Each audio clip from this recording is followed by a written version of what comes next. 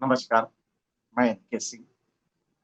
आपके मन में लगातार एक सवाल उठ रहा होगा कि 2024 मोदी जी ऐसे ही तो छोड़ेंगे नहीं। चुनाव जीतने के लिए वो सब कुछ करेंगे, जो संभव हो सकता है। तो आपके मन में ये लगातार जिज्ञासा होगी कि वो चीज़ क्या होगी, जिसको करके वो बिल्कुल मुतमईन हो जाएँगे कि अब तो हम जीतने जा रहे हैं। क्योंकि इसमें कोई दो राय नहीं है कि उनकी मकबूलियत घटी है। इसमें भी कोई दो राय नहीं है कि किसान, मज़दूर और ये एक बड़ा वर्ग है जो काफ़ी नाराज़ है क्योंकि स्थितियाँ बहुत खराब हैं। तो आपके मन में ये लगातार उठ रहा होगा कि करेंगे क्या?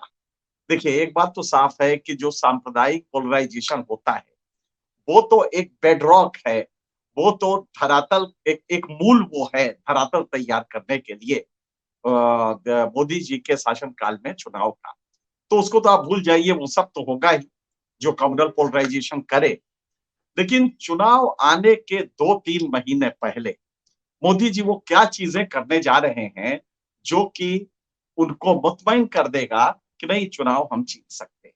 हम आपको उसका डायनामिक्स बता रहे हैं और पूरे डिटेल के साथ। और ये कॉन्जेक्चर नहीं, ये मेरा अपना राय नहीं है। ये मुझे कुछ सूत्रों से जो पता चला है, वो ये हकीकत है। हम उसको आपको संख्या में बताएँगे, उन स्थितियों में बताएँगे कि क्यों मोदी जी ये करके चुनाव जीतने के प्रति आश्वस्त हो सकते हैं।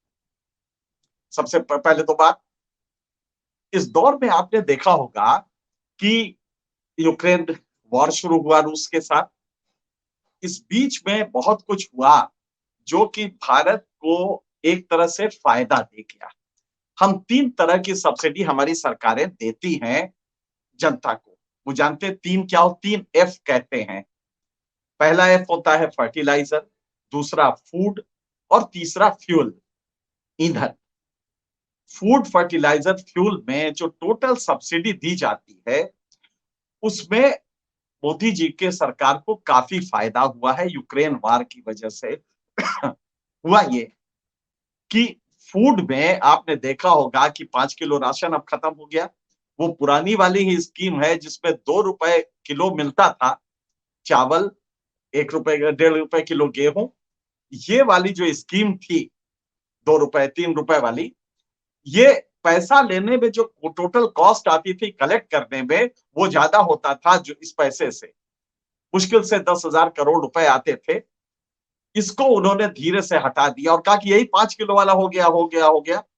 मर्ज कर दिया हमने पुराने वाले में। दरअसल पुराना वाला तो कांग्रेस के ज़माने में फूड सिक्योरिटी एक्ट के तहत आया। तो अब हुआ क्या? ये उन्होंने वो पैसा बचा लिया, जो बीच में कोरोना काल में 5 किलो अनाज देके दे रहे थे। फूड पे ये सब्सिडी बचाई। इसके अलावा फर्टिलाइज़र पे यूक्रेन वॉर शुरू हुआ तो हमारा यूरिया का प्राइस शुरू में तो बढ़ा, लेकिन आप ताज्जुब करेंगे जो यूरिया ₹900 $900 पर टन था, वो $450 हो गया। यही डीएपी के साथ हुआ, डाई अमोनियम फॉस्फेट के साथ। तो काफ़ी बचत सब्सिडी जो देते थे मोदी जी, वो काफ़ी बड़ी बचत। तो ये दूसरा बजट था, दूसरा बचत था। इसके अलावा जो तीसरा बजट था, वो था फ्यूल में। आपके पेट्रोलियम में जबरदस्त कमाई हुई क्योंकि रूस से हम क्रूड ऑयल लेते थे, उसको अपने यहाँ रिफाइन करते थे और यूरोप में उसी को बेच देते थे।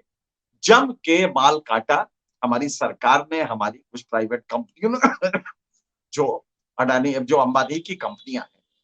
नतीजा ये हुआ कि जो सब्सिडी का टोटल 2022-23 में जो राशि थी, वो 5,22,000 करोड़ रुपए की थी, जो रिवाइज एस्टिमेट आया था।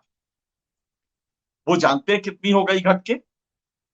तीन वो हो गई 3,75,000 करोड़। मतलब बचत कितने की हुई? 28%, या यूं कहें कि 1,48,000 करोड़ की वो बचत हुई। फिर मनरेगा का जो कीमत थी, जो खर्च आता था, उसको 98,000 से घटा के 60,000 कर दिया। हालांकि वो रिवाइज एस्टीमेट में 98,000 नहीं था, 90,000 था। तो 30,000 करोड़ की बचत वो हुई। तो सॉलिड आपका करीब 1,78,000 करोड़ बच गया। अब फर्टिलाइजर में क्या हुआ? फर्टिलाइजर में यूरिया के प्राइसेस नीचे आने की वजह से इंटरनेशनल मार्केट में डाई अमोनियम फॉस्फेट के नीचे आने की वजह से करीब 3.5 करीब 2.5 लाख करोड़ की नेट सेविंग मोदी जी की सरकार की हुई है। अब इसमें वो करेंगे क्या? इसमें दो स्कीमें ये लॉन्च करने जा रहे हैं। पहला होगा बेरोजगारी भत्ता।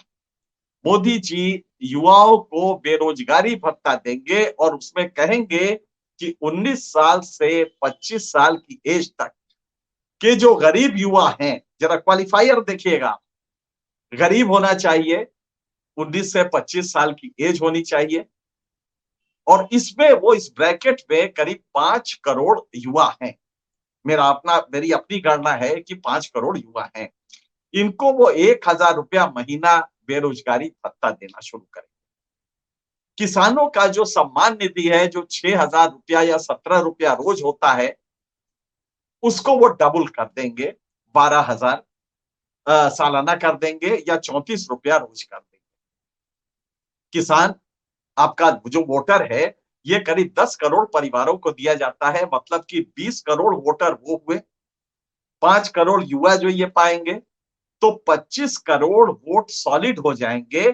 सिर्फ चुनाव के 2 महीने पहले इसकी घोषणा करनी है कि साहब किसान सम्मान निधि को हमने 6,000 से बढ़ा के 12,000 कर दिया, और जो बेरोजगार युवा हैं 19 से 25 साल तक के, उनको जब तक उनको रोजगार नहीं मिल रहा है, तो 19 से 25 साल के ब्रैकेट में जो 5 करोड़ के अंदाजन युवा होंगे जो गरीब आइडेंटिफाई किए जाएंगे, उसमें यह भी होगा कि उन्होंने मुद्रा से लोन न लिया हो, उन्होंने ये ना किया हो, वो ना किया हो, और ये करके 5 करोड़ पे वो लगभग फिक्स किया जाएगा।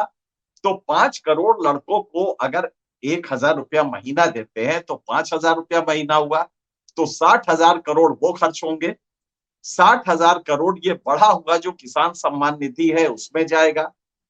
दोनों मिला के करीब 1,20,000 करोड़ हो गया। अभी भी मोदी जी के पास 1,30,000 करोड़ बचा हुआ है, तो कुछ और फौरी घोषणाएं कर सकते हैं। ये है मोदी जी का चुनाव जीतने का फार्मूला, कि वो सीधे डायरेक्ट पैसा देंगे और इसको रेवड़ी नहीं कहेंगे, क्योंकि ये तो बेरोजगारों को दे रहे हैं। बताइए साहब, ये रेवड़ी क्या है? बेरोजगारी देश में बढ़ी है। अब किया क्या है मोदी जी ने? ये किस पाप की सजा मिल रही है कि आपको ये देना पड़ रहा है? आपने देखा होगा, हमने अपने पिछले वीडियो में भी बताया है, किसानों की पिछले 10 साल में इनपुट कॉस्ट बढ़ी है, उसके अनुपात में आउटपुट कॉस्ट घटी, कम हुई है उसके अनुपात में। नतीजा ये हुआ कि किसानों की आमदनी लगातार कम होती गई है, लगातार। और ध्यान रखिएगा, दावा यह है मोदी जी का कि 50% उसकी लागत का हम एक्स्ट्रा करके दे रहे हैं उसको। ये कौन सा एक्स्ट्रा है जरा बता दें? ये आप ही के डिपार्टमेंट का है, जिसमें कहा गया है कि कपास पे लाभ लगातार घटा है, गेहूं पे घटा है, सुगर केन पे, गन्ने पे घटा है, और धान पे घटा है। इस तरह के लगभग सभी, दलहन पे भी घटा है। तो आप समझ सकते हैं कि एक धोखा है कि हम किसानों को एमएसपी दे रहे हैं जो उनके लागत मूल्य, क्या आपने लागत मूल्य गलत निकाला है? असली लागत मूल्य निकाल दे अगर, तो वो लागत दरअसल इसके जिस रफ्तार से बढ़ रहा है, उस रफ्तार से किसानों के उपज का, और अगर कभी बढ़ भी गया गलती से, तो मोदी जी ये सुनिश्चित करते हैं कि एक्सपोर्ट ना होने पाए। आप देख लें, धान का एक्सपोर्ट बंद है, गेहूं का बंद है, अभी अभी प्याज का उन्होंने बंद कर दिया है एक टैक्स लगा के। तो किसानों को दबाने का पूरा इंतजाम है ताकि ये खेती छोड़ दे। नतीजा क्या हुआ है? किसान जो खेती से आमदनी करता था, जो पहले 49% हुआ करता था, वो घट के 38% आ गया है। किसानों को खेती से आमदनी कम होती जा रही है, लिहाजा वो मजदूर बन जा रहा है। अब ये इसका एक पहलू है। आप सोचिए कि आपका एक बड़ा किसानों का वर्ग मजदूर बन रहा है, खेती छोड़ रहा है। मोदी जी को 3 कानून लाने की अब जरूरत ही नहीं है, वो ऐसे ही बेच देगा अडानी अंबानी को। दूसरा, उसके बच्चे मजदूर बनेंगे क्योंकि खुद ये मजदूर बन गया है। इधर मजदूरी की ये हालत है कि ऐसे CMI, centre for monitoring Indian economy, इसका जो इकोनॉमिक आउटलुक है जो ताजा उसके हिसाब से आपको ताज्जुब होगा कि पिछले 15 से 30 साल के युवा वर्ग का जो लोग है, उनकी नौकरियां पिछले 7 सालों में घट गई हैं। जानते कितनी घटी हैं? आपको ताज्जुब होगा, आज से 7 साल पहले 10 करोड़ 34 लाख इस आयु वर्ग के, 15 साल से 30 साल, इस आयु वर्ग के 10 करोड़ 34 लाख युवा रोजगार में कहीं ना कहीं लगे थे। आप जानते हैं आज क्या स्थिति है?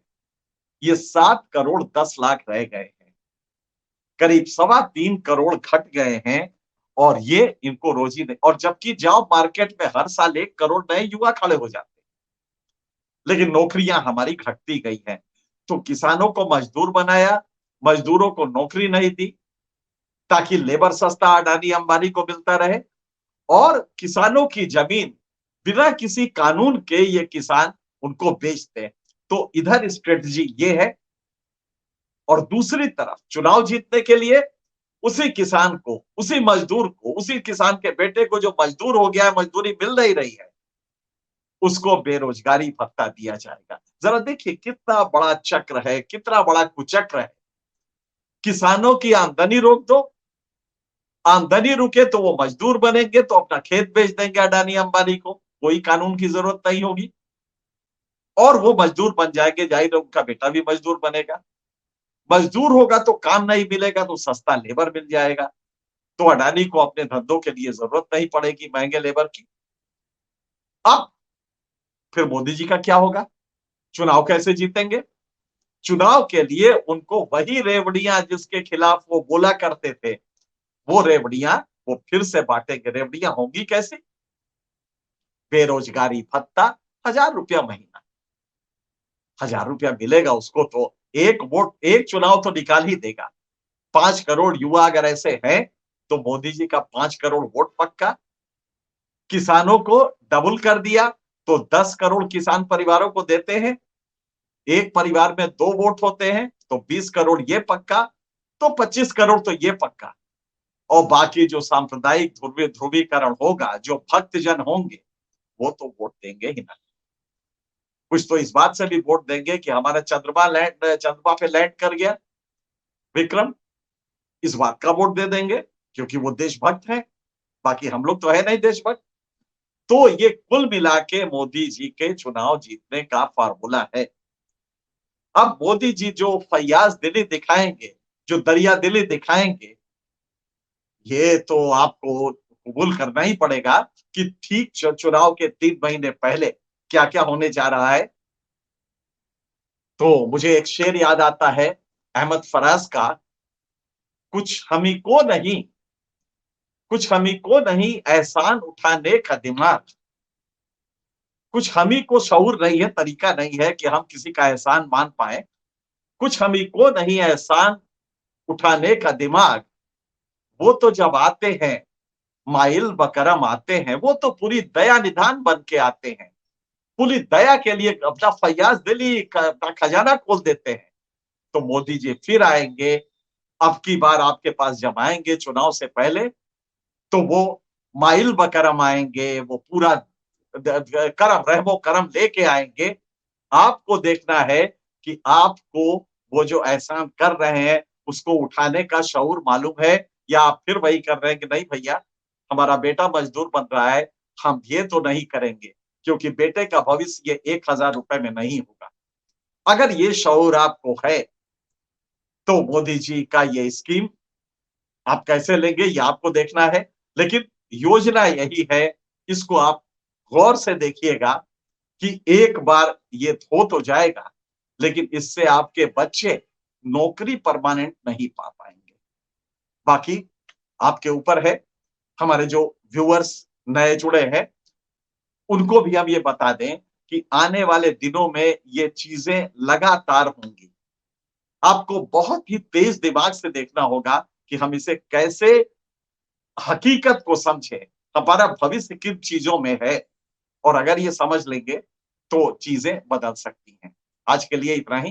किसी और मुद्दे पे फिर आपसे चर्चा करेंगे। फिलहाल